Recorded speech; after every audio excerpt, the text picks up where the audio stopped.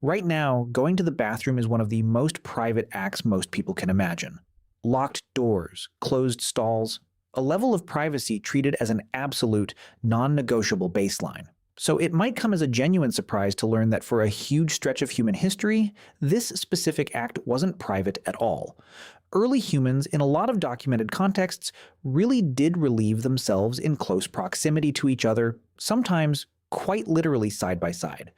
So how did this actually work in practice? And why did something so universally private today used to be so casually communal? Let's dig into this properly, because the answer connects to some interesting practical realities about early human living arrangements, and it reveals something worth appreciating about just how recent and specific our modern expectations around bathroom privacy actually are. Let's start with the most basic practical reality worth establishing first, because it explains a lot of what follows. For most of early human history, there was no dedicated bathroom infrastructure of any kind. No toilets, no plumbing, no private stalls or outhouses. Early humans living in small, mobile hunter-gatherer groups typically relieved themselves outdoors, in whatever nearby location was reasonably convenient, without any specific architectural provision for privacy built into their living arrangements at all. Given the small size of these groups and the close constant proximity everyone lived in throughout the rest of daily life, already discussed at length in explorations of ancient privacy more broadly, it would have been seriously difficult, and in many specific environments seriously impractical, to maintain strict separation specifically around this one particular bodily function while everything else about daily life already happened in such close, constant shared proximity. This connects directly to a broader theme worth revisiting here: privacy. As a concept and cultural expectation, developed gradually and unevenly across human history, closely tied to available living space, architectural development, and shifting cultural values rather than representing some kind of ancient, universal human baseline that's always applied consistently to every aspect of daily life, bathroom habits very much included. If small hunter-gatherer groups were already sleeping, eating, and socializing in close, constant physical proximity throughout every other part of daily life, there's no particular reason to assume this one specific bodily function would have suddenly demanded strict privacy when nothing else in daily life operated that way. Let's talk about some direct archaeological and anthropological evidence relevant to this specific topic, because it's worth grounding this discussion in actual documented examples rather than pure speculation and reasonable inference alone. Anthropological observation of various traditional and indigenous societies that maintained hunter-gatherer or similar traditional lifestyles. Into the period when researchers could directly observe and document their practices, has documented a wide range of different specific approaches to this particular topic, some involving designated, somewhat separated areas away from the main living space, others involving considerably more casual communal practices without much specific separation or privacy at all, depending heavily on the specific culture, environment, and social structure of that particular society. This variation itself is worth appreciating because it demonstrates that early human approaches to this topic, much like early human approaches to privacy more broadly, weren't uniform or universal across every single society without exception. Different cultures developed different specific norms and practical arrangements shaped by their own particular environmental circumstances, group size, and broader cultural values. Rather than following one single, universal pattern applying identically to every prehistoric human society, regardless of specific circumstances. Let's talk about ancient Rome specifically, because this represents one of the most well-documented and frequently discussed historical examples relevant to this whole topic. Even though it falls considerably later than the deep prehistoric period this topic's title might initially suggest. Roman public latrines, extensively documented through both archaeological remains and surviving historical writing, featured long stone benches with multiple holes cut into them, positioned closely side by side with essentially no partitions or dividers separating individual users at all. Multiple people would sit together, quite literally next to each other, using these communal facilities simultaneously, often while actively conversing, conducting casual social interaction, or discussing business and daily affairs, treating the entire experience as a completely ordinary, unremarkable social setting rather than something requiring privacy or discretion in any sense familiar to modern expectations. This detail tends to surprise people specifically because ancient Rome is otherwise widely recognized for its remarkably impressive engineering achievements, including sophisticated aqueducts, extensive plumbing systems, and considerable urban infrastructure more broadly. It would be easy to assume a society this technologically sophisticated would have also prioritized what modern people consider basic bathroom privacy. But the Romans simply didn't share this same specific cultural expectation at all.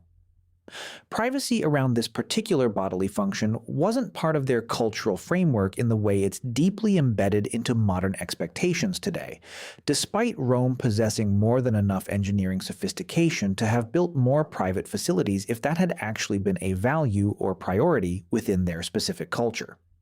Let's talk about medieval Europe specifically too, because this represents another well-documented historical period offering useful additional context on this topic, extending the discussion beyond ancient Rome specifically.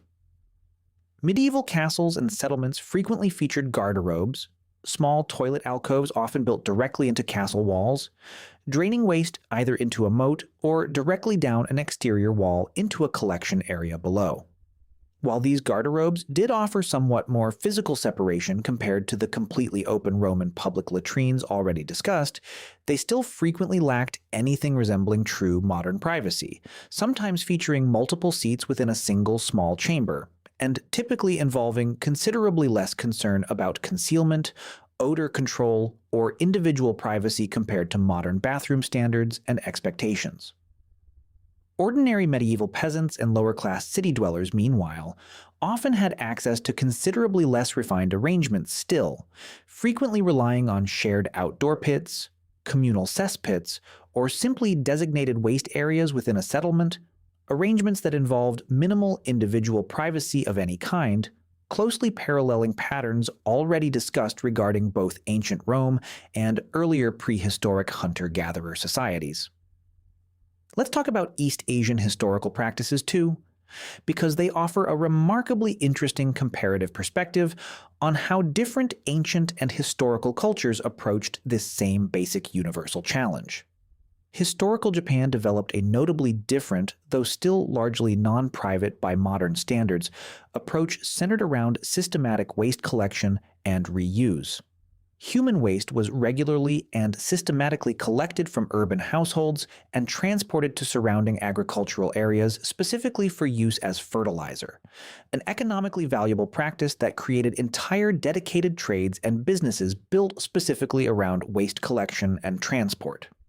While this particular system did involve somewhat more individual, household-level toilet facilities compared to the fully communal Roman model already discussed, the entire waste management process itself remained a highly visible, openly discussed, and economically significant part of ordinary daily urban life, treated with considerably less of the concealment and social discomfort that characterizes modern Western attitudes toward waste and bodily function specifically. This comparative example is worth including because it demonstrates yet again that different societies developed meaningfully different overall relationships with this particular bodily function and its associated waste, shaped by their own specific practical needs, economic structures, and broader cultural attitudes, rather than converging on any single universal approach to either privacy or waste management specifically. Let's talk about archaeological evidence for prehistoric waste disposal more specifically now, because this connects back to the deeper prehistoric period this topic's title most directly addresses, extending beyond the more recent historical examples already discussed. Archaeologists studying ancient settlement sites sometimes identify specific areas showing elevated concentrations of particular soil chemical markers associated with human waste, allowing researchers to identify likely designated waste areas within otherwise ambiguous ancient settlement layouts, even without any directly preserved physical waste itself surviving across such an enormous span of time. These chemical analysis techniques have revealed that many ancient settlements, stretching back considerably further than more recent historical periods like Rome or medieval Europe, did show some degree of spatial organization regarding waste, generally positioned some meaningful distance from primary living and food preparation areas, even in settlements that otherwise show clear evidence of extremely close communal living arrangements across virtually every other aspect of daily life.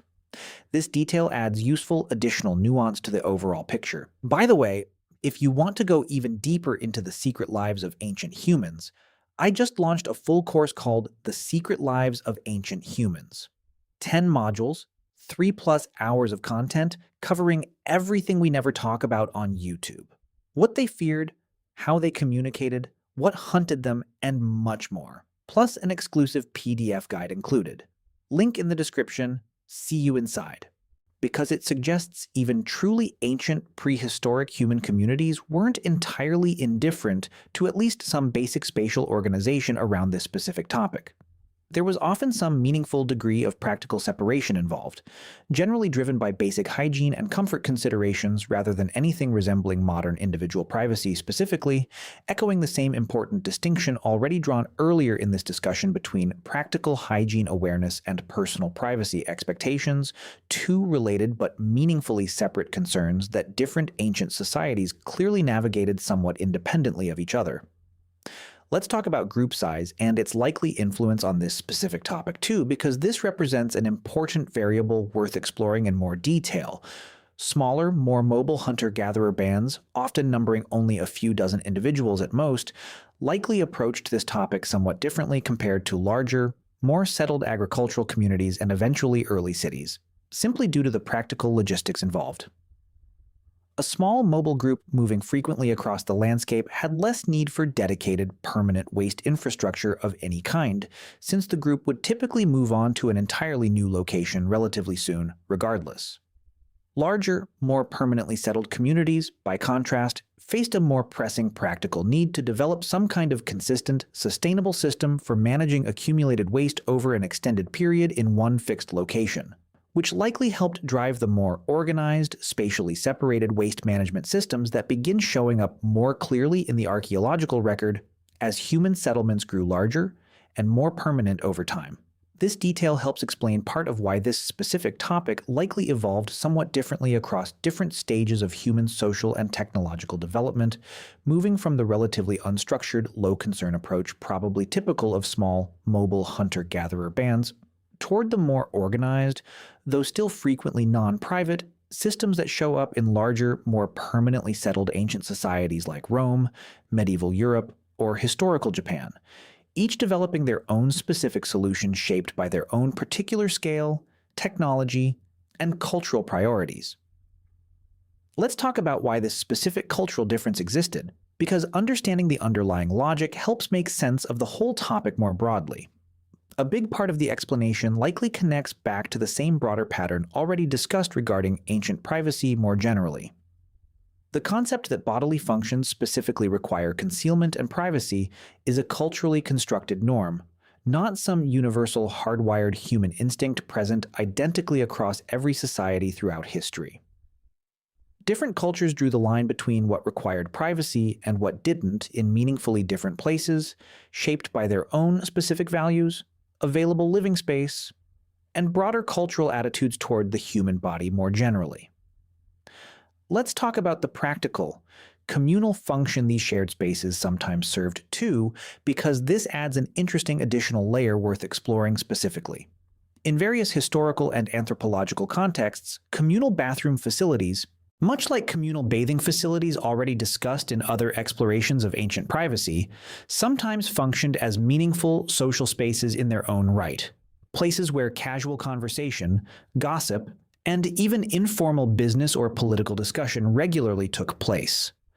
Rather than being treated as an awkward, uncomfortable necessity to be endured in silence and rushed through as quickly as possible, these shared spaces sometimes became genuine, valued social gathering points, comparable in some ways to how modern people might casually socialize in other everyday shared spaces entirely disconnected from anything related to bodily functions specifically. Let's talk about sanitation and disease considerations too, because this represents an important practical dimension worth addressing directly, connecting to broader questions already explored regarding ancient disease management and early human medical knowledge more generally.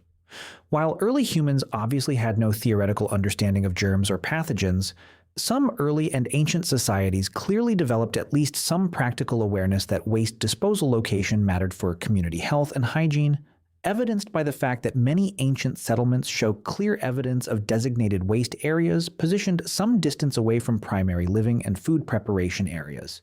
even without necessarily prioritizing individual bathroom privacy in the way modern people would expect. This distinction is worth drawing out clearly because it demonstrates that practical hygiene considerations and personal privacy expectations represent two meaningfully separate concerns that don't necessarily need to move together in lockstep. A society could develop meaningful practical awareness around keeping waste away from food and water sources for basic hygiene and disease prevention reasons, while still maintaining essentially zero expectation of individual privacy during the actual act itself, since these represent two distinct practical and cultural considerations that different societies could and clearly did address quite independently of each other. Let's talk about how living arrangements and available space more broadly shaped this specific topic too, because this connects directly to broader themes already explored regarding ancient privacy and communal living more generally. Small mobile hunter-gatherer groups and even many larger, more settled early agricultural communities typically lived in fairly close, tightly packed conditions with minimal individual private space of any kind. A topic explored at considerable length regarding sleeping arrangements, bathing, and general daily living patterns in other discussions of ancient privacy specifically. Given this broader context of near-constant close proximity and minimal privacy across virtually every other aspect of daily life, it would actually be somewhat unusual and inconsistent if this one specific activity had somehow demanded and received a dramatically higher standard of privacy compared to literally everything else happening throughout an ordinary day in these same communities. Let's talk about how and when more private, individualized bathroom arrangements eventually started developing too, because tracing this shift helps explain how we ended up with the strong, nearly universal modern expectation of bathroom privacy that feels so basic and unquestionable today. As with broader privacy more generally, discussed at length in other explorations of this general topic, private bathroom facilities gradually became more available and more culturally expected as wealth increased, architectural sophistication advanced, and cultural attitudes towards the body and bodily functions gradually shifted over time, particularly accelerating from roughly the 18th and 19th centuries onward in many Western societies specifically, alongside broader, parallel shifts toward valuing individual privacy more generally across many other areas of daily life during that same general historical period. This timeline is worth appreciating because it means the strong, nearly universal modern expectation of complete bathroom privacy, something that feels so obvious and non-negotiable today that most people never even think to question it, is actually a comparatively recent cultural development layered on top of an enormously longer stretch of human history during which this specific expectation simply didn't exist in anything resembling its current, deeply ingrained modern form. Let's talk about modern exceptions and holdovers worth mentioning too, because it's worth noting that even today in the modern world, complete individual bathroom privacy still isn't universally practiced or expected in every single context. Various modern institutional settings, including certain school facilities, military environments, and prison systems, continue to feature considerably less individual privacy around this specific activity compared to what most people would consider a normal, comfortable baseline in their own everyday personal life,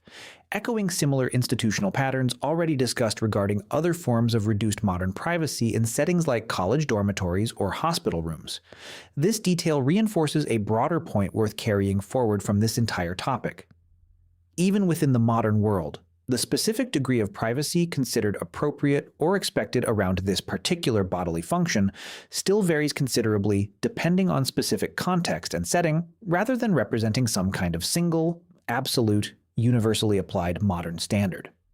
Let's talk about how this topic connects to modern camping, rural living, and other contemporary contexts where strict bathroom privacy still isn't always fully achievable or prioritized, because this offers a useful, relatable, modern parallel worth mentioning briefly. People camping in remote wilderness areas today, without access to constructed facilities, frequently rely on considerably more open, less private arrangements out of pure practical necessity, echoing, on a much smaller and more temporary scale, the same basic practical logic that likely shaped prehistoric hunter-gatherer approaches to this topic. This modern parallel is worth drawing out because it demonstrates that even people living within a thoroughly modern cultural context, deeply accustomed to strict bathroom privacy in their everyday lives, can and do adapt fairly readily to considerably less private arrangements once genuine practical necessity requires it, suggesting the strong modern preference for privacy around this topic, while deeply culturally ingrained, isn't necessarily some kind of fixed, unchangeable psychological requirement incapable of flexing under different practical circumstances. Let's talk briefly about the psychological and social adjustment involved in this kind of shift too, because it's worth acknowledging that even though humans can adapt to less private arrangements when necessary, the transition itself often does involve genuine initial discomfort, particularly for people raised entirely within modern, privacy-emphasizing cultural contexts. This detail is worth including because it highlights an interesting asymmetry worth appreciating. While ancient and traditional societies without a strong cultural expectation of bathroom privacy generally seem to have navigated communal or semi-communal arrangements without particular distress, given that this was simply their normal, expected reality from childhood onward. Modern people accustomed to strict privacy often do report genuine discomfort when suddenly placed in a less private situation, even temporarily, suggesting cultural expectation and lifelong habituation play a significant role in shaping how comfortable or uncomfortable any given individual actually finds a particular arrangement, regardless of whether that arrangement represents any kind of objective, universal standard of comfort or normalcy. Let's zoom out and pull all of these different threads together, because the full picture of how early humans handled this particular aspect of daily life turns out to reflect the same broader pattern already established regarding ancient privacy more generally. For most of human history, relieving oneself simply wasn't treated as an activity requiring the kind of strict individual privacy modern people consider an absolute, non-negotiable baseline today. Small hunter-gatherer groups living in close, constant proximity throughout every other aspect of daily life had little practical basis for suddenly demanding strict privacy, specifically around this one particular activity. Ancient societies like Rome, despite considerable engineering sophistication, simply didn't share this particular modern cultural value, treating shared, unpartitioned bathroom facilities as a completely normal, unremarkable, even socially engaging part of ordinary daily life. And the strong, nearly universal expectation of complete bathroom privacy that feels so basic and unquestionable today actually represents a comparatively recent cultural development closely tied to the same broader historical shifts toward valuing individual privacy more generally that reshaped so many other aspects of daily human life over the past few centuries specifically. So the next time you close a bathroom door without a second thought, treating that basic privacy as an unquestionable, permanent fixture of ordinary human life. It's worth remembering that for the overwhelming majority of human history, this specific expectation simply didn't exist in anything resembling its current form. What feels like one of the most basic, non-negotiable aspects of ordinary daily privacy is, historically speaking, a remarkably recent cultural development, layered on top of a vastly longer stretch of human history during which this particular activity was handled with a level of casualness and communal openness that would likely feel deeply uncomfortable and unfamiliar to most people living in the modern world today, which leaves an interesting thought worth sitting with. If something as fundamental and seemingly universal as bathroom privacy actually turns out to be this recent and this culturally specific, rather than some ancient, hardwired human instinct, what other seemingly obvious, unquestionable modern expectations about privacy and personal space might be resting on a similarly recent, similarly specific cultural foundation rather than reflecting any kind of deep, universal truth about human nature itself?